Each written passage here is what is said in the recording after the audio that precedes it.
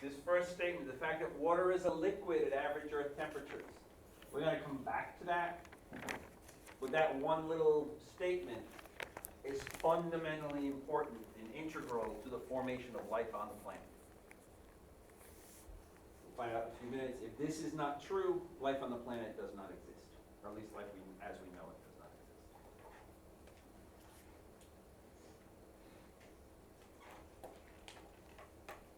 Water is unique, and again, this is not terribly important biologically. It does get important ecologically.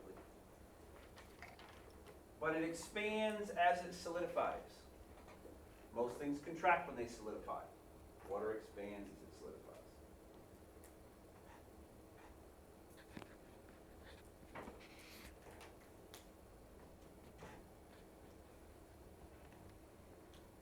It covers roughly 75% of the Earth's surface, give or take.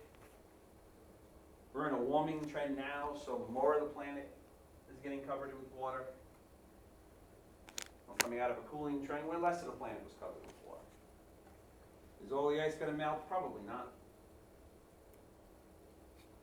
We really don't have any evidence of the last time every bit of ice on the planet was gone. Near as we can figure, if it does, we've got problems, because in the United States, if the entire ice caps were to melt, the east coast of the United States would be Chicago. So that'd be a problem. But is it happening anytime soon? No. Do we have melting? Absolutely. We have glacial calving happening. We have parts of Antarctica and parts of the Arctic that are more exposed than ever. And believe it or not, so many people love it. Business people love it. Because what we assume to happen within the next 30 years is there will now be a waterway to go from the west coast all the way around the east coast. We won't have to go down and around through South America anymore. There's a shortcut to Canada. Now that has lots of environmental implications, but it also is going to save billions of dollars because now we can go this way instead of going this way.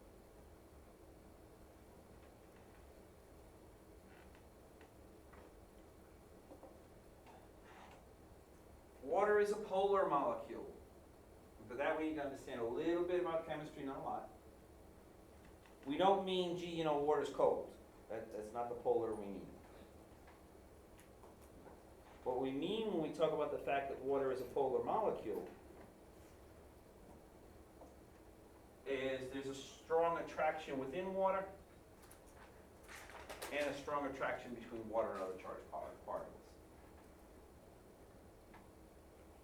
The reason for this attraction is if we have a water molecule,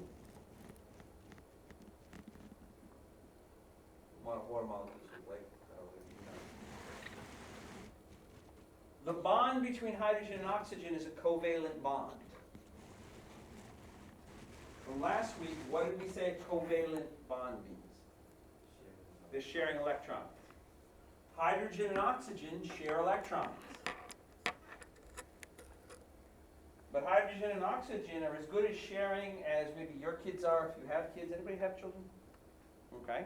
So they probably share as well as your kids, or if you have siblings, they share as well as you did.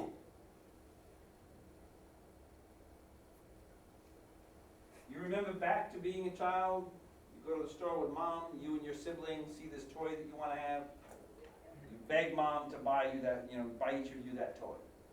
And mom says, there is no way I'm spending that money buying two of you the same toy. And without missing a beat, what's the first thing kids will say?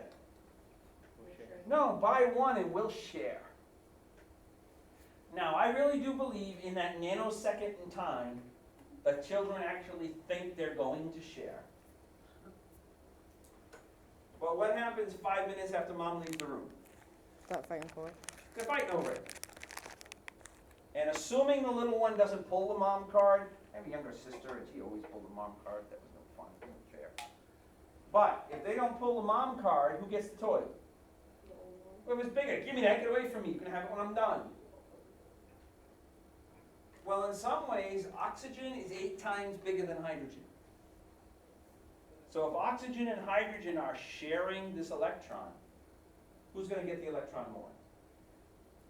Hydrogen. Oxygen's going to get it.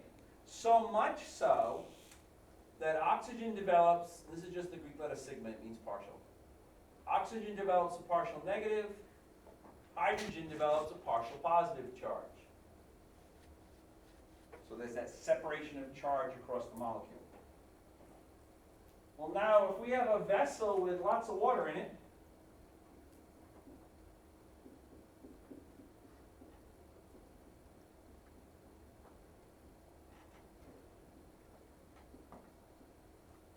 with all of these partial positives,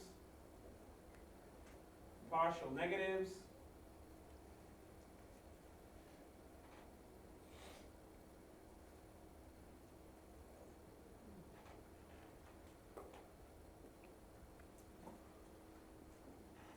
what do we know is going to start to happen between opposite charges?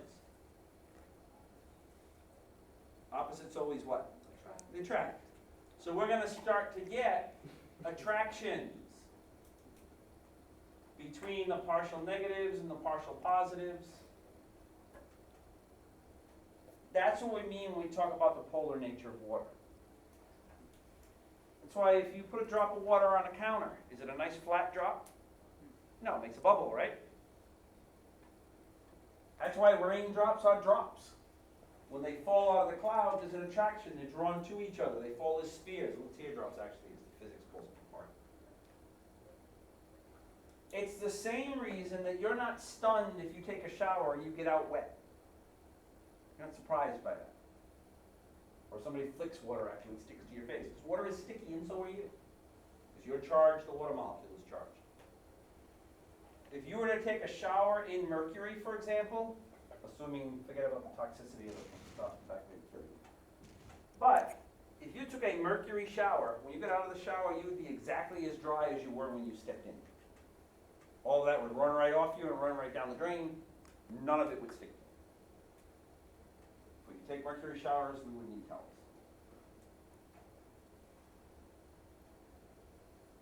All right, we told you all about the water. Now we're going to spend probably the next 20 minutes just talking about